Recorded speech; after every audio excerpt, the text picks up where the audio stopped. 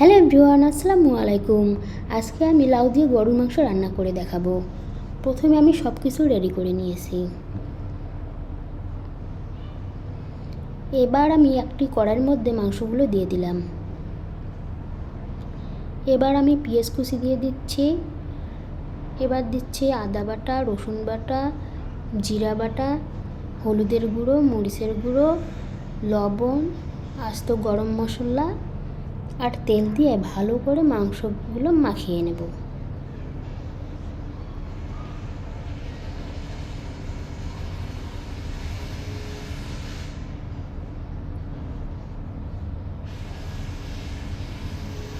মাংসটা মাখানো হয়ে গেলে হাত ধোয়া পানি একটু দিয়ে দেব। এই ভিডিওটি আমার স্কিপ হয়ে গেছে। দেখতেই পাচ্ছেন মাংস থেকে কতগুলো পানি বের হয়েছে। এইগুলো দিয়েই আমি কষিয়ে নেব।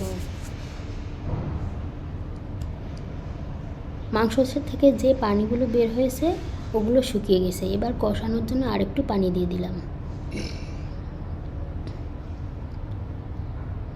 মাংসটা ভালো করে কষিয়ে নিতে হবে।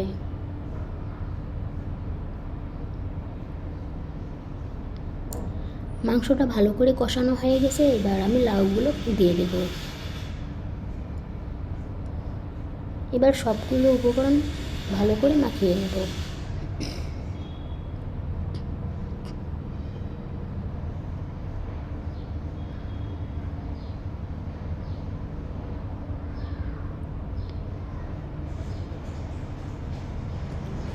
লাউগুলো দেওয়ার পর একটু পরপরেই নাড়তে হবে যাতে নিচে লেগে না যায়।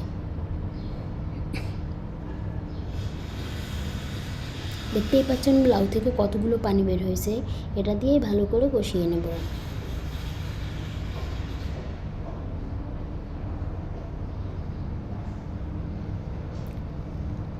লাউ এবং মাংস একসাথে ভালো করে কষানো হয়ে গেছে। এবার আমি ঝোলের জন্য পানি দিয়ে দেব।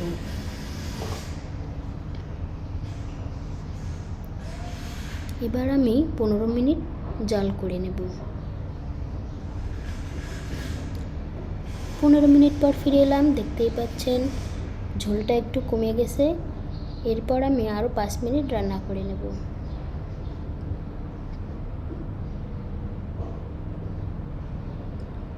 লাউ দিয়ে গরুর মাংস খেতে ভীষণ মজা লাগে। আপনারাও বাসায় একদিন ট্রাই করে দেখতে পারেন। দেখতেই পাচ্ছেন লাউ এবং গরুর মাংসের তরকারিটি একদম ঘন হয়ে এসেছে। এই পর্যায়ে আমি নামিয়ে নেব। সবাই ভালো থাকবেন, সুস্থ থাকবেন, আমার জন্য দোয়া করবেন। আর রান্নাটা কেমন হয়েছে অবশ্যই কমেন্টে জানাবেন। আল্লাহ হাফেজ।